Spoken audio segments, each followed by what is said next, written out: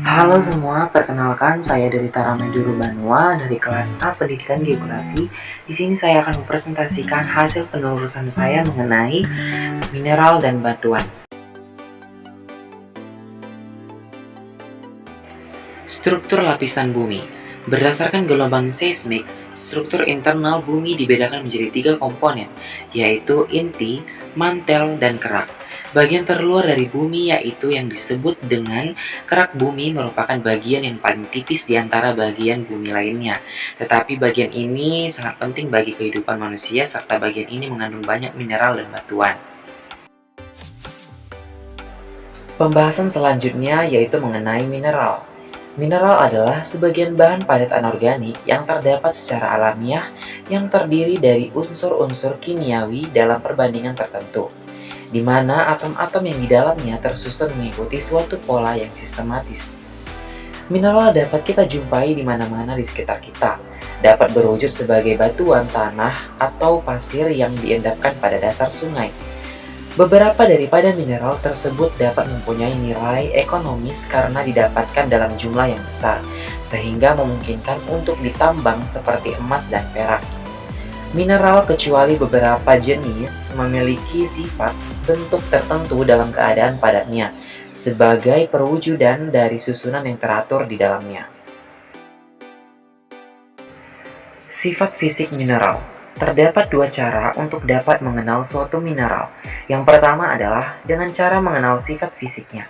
Yang termasuk dalam sifat fisik mineral adalah yang pertama bentuk kristalnya, kedua berat jenis, ketiga bidang belah, keempat warna, kelima kekerasan goresan, dan keenam kilap. Adapun cara yang kedua adalah melalui analisa kimiawi atau analisa difraksi sinar X. Cara ini pada umumnya sangat mahal dan memakai waktu yang lama. Pembahasan selanjutnya mengenai jenis-jenis batuan. Jenis batuan pertama yaitu batuan beku. Batuan beku atau batuan igneous dari bahasa Latin ignis yang artinya api, adalah jenis batuan yang terbentuk dari magma yang mendingin dan mengeras, dengan atau tanpa proses kristalisasi, baik di bawah permukaan sebagai batuan intrusif atau plutonik, maupun di atas permukaan sebagai batuan ekstrusif atau vulkanik. Magma ini dapat berasal dari batuan setengah cair ataupun batuan yang sudah ada baik di mantel maupun kerak bumi. Umumnya, proses pelelehan terjadi oleh salah satu dari proses-proses berikut. Yang pertama, kenaikan temperatur, penurunan tekanan, atau perubahan komposisi. Lebih dari 700 tipe batuan beku telah berhasil dideskripsikan. Sebagian besar terbentuk di bawah permukaan kerak bumi. Berikutnya klasifikasi batuan beku. Yang pertama, berdasarkan tempat terbentuknya batuan beku dibedakan menjadi 3 bagian. 1. Batuan beku plutonik. Kedua, batuan beku hydrobisal. Ketiga, batuan beku vulkanik. Berdasarkan warnanya, mineral pembentuk batuan beku ada 2, yaitu mineral mafic dan mineral felsik.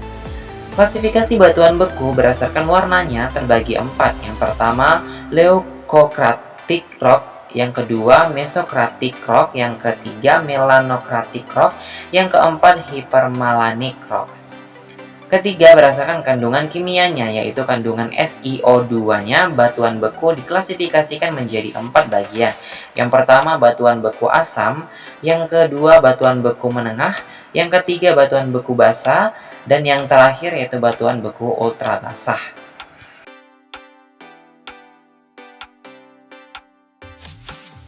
Jenis batuan yang kedua yaitu batuan sedimen.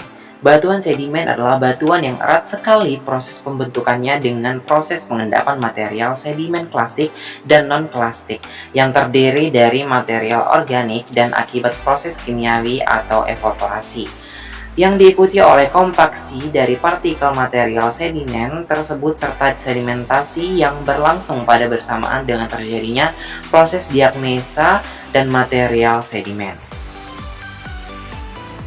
Klasifikasi batuan sedimen. Yang pertama berdasarkan cara pengendapannya terbagi 4. Yang pertama, batuan sedimen plastik, contohnya breksi, konglomerat, dan batu pasir. Yang kedua, batuan sedimen kimiawi, contohnya batu kapur atau gamping dan gipsam. Yang ketiga, batuan sedimen organik, contohnya batu karang dan batu bara. Yang keempat, batuan sedimen vulkanik, contohnya breksi. Yang kedua, berdasarkan tenaga pengangkut, terbagi 3. Yang pertama, batuan sedimen aeris atau aelis, contohnya tanah pasir, tanah los, sandenis, dan tanah tuf. Yang kedua, batuan sedimen kuatis, contohnya batuan breksi, batu konglomerat, dan batu pasir. Yang ketiga, batuan sedimen glasial, contohnya batu morena dan drumlin. Yang ketiga, berdasarkan tempat pengendapannya terbagi 4. Yang pertama, batuan sedimen terrestrial, contohnya breksi dan batu pasir. Yang kedua, batuan sedimen marin, contohnya garam batu atau halit dan gamping. Yang ketiga, batuan sedimen fluvial, contohnya batu pasir dan batu lempung. Yang keempat yaitu batuan sedimen glasial, contohnya batu morena. Adapun ciri-ciri batuan sedimen, yang pertama, struktur batuan sedimen umumnya berlapis-lapis. Yang kedua, sebagian besar batuan sedimen berwarna terang seperti putih, abu-abu terang, dan kuning. Yang ketiga, bentuk batuan sedimen bermacam-macam, dari yang bundar, setengah bundar, sedikit runcing, dan runcing sekali. Yang keempat, permukaan batuan sedimen terbagi menjadi 3 macam, yaitu kasar, sedang, dan halus.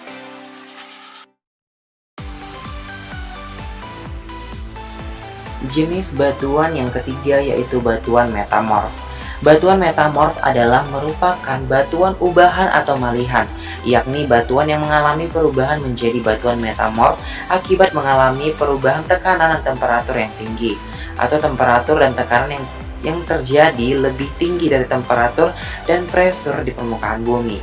Perubahan temperatur dan tekanan yang tinggi inilah yang menyebabkan terubahnya mineral-mineral asli penyusun batuan menjadi mineral-mineral yang lain.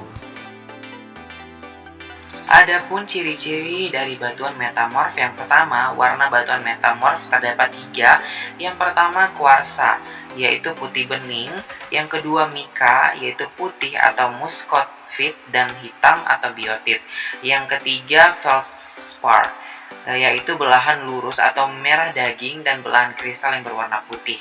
Yang kedua, struktur batuan metamorf terbagi 2. Yang pertama, foliasi, yaitu memiliki bentuk berupa sebuah belahan. Yang kedua, non-foliasi, yaitu tidak memiliki lapisan atau belahan dan tidak terlihat penjajarannya mineralnya.